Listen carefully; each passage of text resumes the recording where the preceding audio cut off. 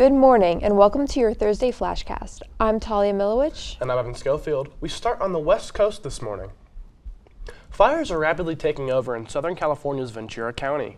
Officials on the scene said the strong winds caused the Wednesday morning blaze to expand, calling firefighters to action. The fire has already burned around 14,000 acres, and containment levels were close to none. As injuries pile up, thousands of residents have already been given evacuation orders. Power is out for those near the continuous fire. Weeks after Hurricane Helene hit North Carolina, the National Park Service restored access to 11 miles of the scenic Blue Ridge Parkway in Asheville. This is after over a month of work removing damaged trees and debris. Crews moved more than 350,000 cubic feet of debris from the narrow and curvy road. The clearing means the Asheville Visitor Center can resume year-round operations despite some detours. At New York metropolitan airports, equipment problems caused a ground stop. The equipment outage impacted a string of the New York and New Jersey airports, including JFK and LaGuardia. While details are not provided, delays are still a big possibility. Elon Musk's net worth went up over $12 billion after Donald Trump's victory. Early Wednesday, investors bet that Trump's win would also be a win for Musk's Tesla. Shares of his vehicle company shot up more than 12% in pre-market trading. This raised the value of the 411 million Tesla shares Musk owns by over $12 billion. That's a pretty good return from the $119 million Musk donated to Trump through the Political Action Committee he created.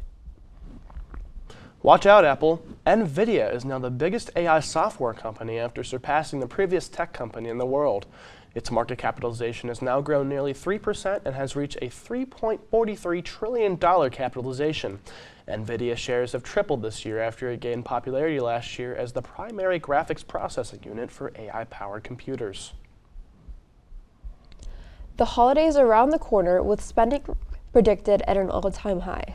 Budgeting is important, but many ask how it can be done effectively. Jen Sullivan has more on avoiding a hurt pocket this holiday season. It's the season of giving, but if you're not careful with finances, you could be getting a hefty bill at the end of the holiday season.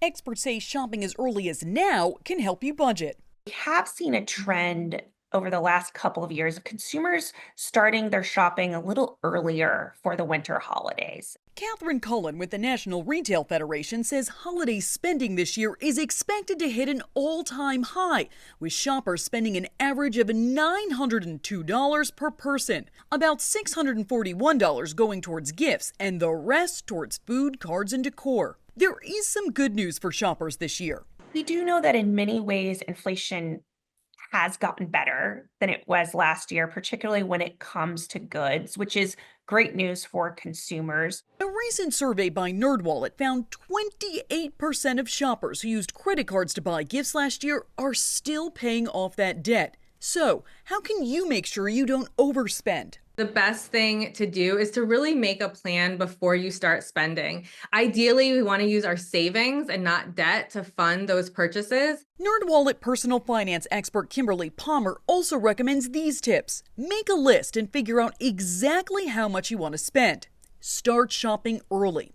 Talk to family and friends about expectations and possibly scaling back. And sign up for price drop alerts. Using some kind of browser add-on like Honey or the Camelizer browser extension just to track those prices can just help make sure that you're getting the best deal possible. For Consumer Watch, I'm Jen Sullivan.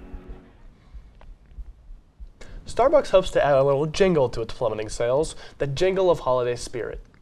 This week, the chain is rolling out seasonal cups. Customers at U.S. locations will get their hot drinks served in one of 4 festive designs.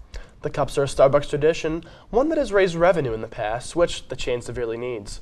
Last week, the coffee giant reported a 3rd straight quarter of slumping sales and fewer customer visits. That's all for your Thursday Flashcast top stories. For daily updates, follow Kent Wired on all socials and check our YouTube for daily newscasts. I'm Talia Milewich. And I'm Schofield. Have a great day, Portage County.